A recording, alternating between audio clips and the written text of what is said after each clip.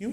आज कराची में बड़े पैमाने पर सफाई मुहिम का आगाज हो चुका है जी, और एनडीएमए ने एफडब्ल्यूओ को ये जिम्मेदारी सौंपी है। पहले खान साहब ने एनडीएमए के जिम्मे ये जिम्मेदारी लगाई और एफडब्ल्यूओ की निगरानी में जो है सफाई मुहिम का भरपूर आगाज आज कराची में हो चुका है। लेकिन यहाँ पर सवाल ये पैदा होता है कि क्या ये काम भी फौज को ही आगे करना था, और सिंध हुकूमत आखिर क्या कर रही है, बल्दियाती इदारे आखिर क्या कर रहे हैं? क्या ये सबकी नाकामी है? अगर हम इसको इस तरीके से देखें तो कि फौज को इस काम के लिए बुलाना पड़ा, तो जो इंतजामी तौर पर जिम्मेदारियां वहां पर संभाले हुए हैं अपेरेंटली, वो आखिर वहां पर कर क्या रहे हैं? जब कराची पर हुकूमत की बात आती है तो सब आगे आगे होते हैं, लेकिन जब कराची को चलाने या संभालने की बात आती है जी, तो कहीं इख्तियारात का रोना होता है और कहीं फाइनेंसेस की कमी होती है। और आज जो हम देख रहे हैं कि सफाई मुहिम का आगाज हो चुका है और इस काम के लिए भी फौज को ही बुलाना पड़ा है, तो आखिर क्यों वहां पर जो सारे इदारे, सिंध हुकूमत, बल्दियाती निजाम, क्या सब नाकाम हो गए? मुस्तफा कमाल साहब, फॉर्चुनेटली कराची के हर मसले के ऊपर सियासत होती है। प्रॉब्लम ये है कि किस तरीके से खान साहब जो हैं वज़ीर आला को मिलेंगे और किसी निजाम के ऊपर बात होगी। जब हमने देखा कि खान साहब के कराची के दौरों में ईगो इतनी बड़ी आ जाती है दोनों तरफ से कि मुलाकात ही अक्सर नहीं हो पाती। देखिए, बहुत बदकिस्मती की बात है कि हम इंडिया के वज़ीर आज़म नरेंद्र मोदी से तो मिलने के लिए दरख्वास्तें करते हैं कि हमारी पाकिस्तान भारत की कोई मुलाकात हो जाए, कोई सरबराह मुमलिकत की मुलाकात हो जाए, और हमें माजी में पता है। लेकिन हम अपने मुल्क के अंदर एक इतना बड़ा शहर है जो कि पाकिस्तान का रेवेन्यू इंजन है, जो कि 70% रेवेन्यू कमा कर देने वाला पाकिस्तान को शहर, और 98% रेवेन्यू कमा कर देने वाला सिंध को का ये शहर है। वहाँ के वजीर आला और वहाँ पे अगर आप हम इश्यूज को, और आपको पता है कि ये इट्सेल्फ कितनी शर्मिंदगी की बात है कि न्यूक्लियर पावर ये स्टेट है और हम आज बैठकर हर बारिशों में कचरे को डिस्कस कर रहे होते हैं। साल से मैटर हम डिस्कस कर रहे हैं, नालों की सफाई को डिस्कस कर रहे हैं, और वजीर आजम और पाकिस्तान आर्मी और एनडीएमए जैसे इदारे इसके ऊपर जो है वो एक कचरा उठाने के ऊपर लग रहे हैं। ये हमारे लिए शर्म का मुकाम है, हमारे लिए शर्मिंदगी की बात है। मुझे एम्बेरसमेंट फील होती है इन बातों को बार बार करते हुए भी कि हम अभी आगे की बात करते, फॉरवर्ड लुकिंग हम चीजें करते, अभी आज हम अपने नालों को नहीं संभाल पाए, अपने कचरों को नहीं संभाल पाए। लेकिन मुझे सबसे ज्यादा अफसोस की बात है, और मुझे अफसोस से ज्यादा ये कि मुझे डर ऐसा लग जाता है कि जब अपने हुक्मरानों के मैं उसकी रेमेडीज देखता हूं कि आपके पास जब डायग्नोसिस ठीक नहीं है, आपके पास आपको बीमारी का पता ही ठीक नहीं है, तो आप उसका इलाज भी उसी तरह से करते हैं। मुझे ये खतरा है खुदा न खास्ता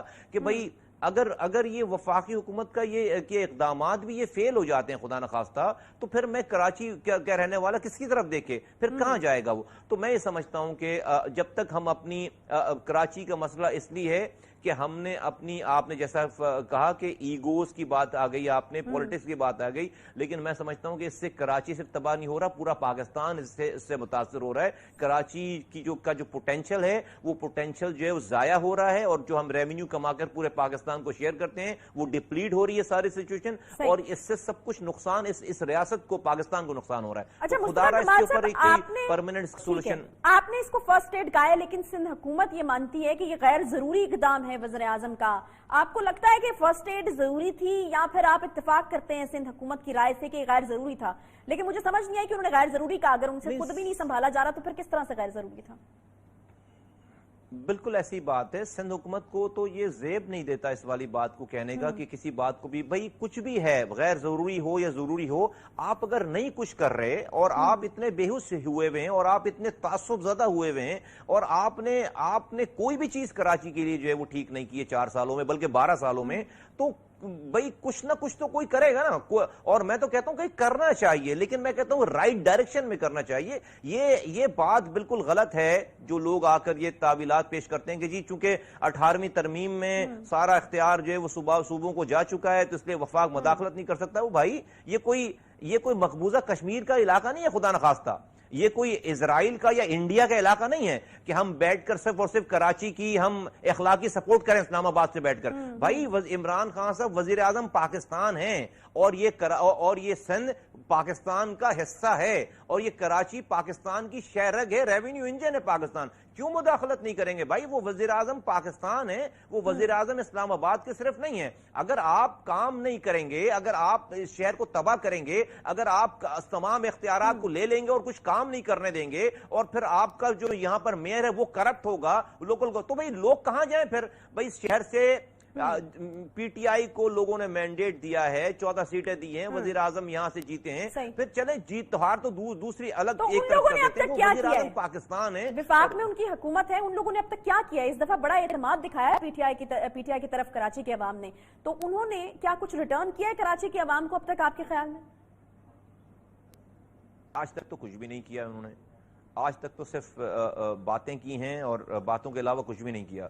تو مصطفیٰ کمال صاحب پھر آپ کسی ایک پارٹی کو تو مورد الزام نہیں ٹھہرا سکتے نا، پھر تو سب کا حصہ ہے اپنا اپنا. میں نہیں ٹھہرا رہا، میں کسی پارٹی کو مورد الزام نہیں ٹھہرا رہا. میں تو گورنمنٹس کو مورد الزام ٹھہرا رہا ہوں کہ جو سٹی گورنمنٹ ہے، جو صوبائی حکومت ہے اور جو وفاقی حکومت ہے. میں وفاقی حکومت کی سیکشن کو غلط نہیں کہہ رہا. دیکھیے میں اس لیے کہ میں ان کی نیت پہ شک نہیں کر رہا. وزیر اعظم نے این ڈی ایم اے کو اور افواج پاکستان کو ریکویسٹ کی ہے، میں ان کی انٹینشن کو کوشچن نہیں کہہ رہا. میں صرف یہ کہہ رہا ہوں کہ خدا نہ کہ یہ اس انسٹرکشنز کو دینے کے بعد این ڈی ایم اے کو وزیر اعظم خدا نہ خواستہ کو یہ نہ سمجھ لیں کہ انہوں نے کراچی کا مسئلہ حل کر دیا.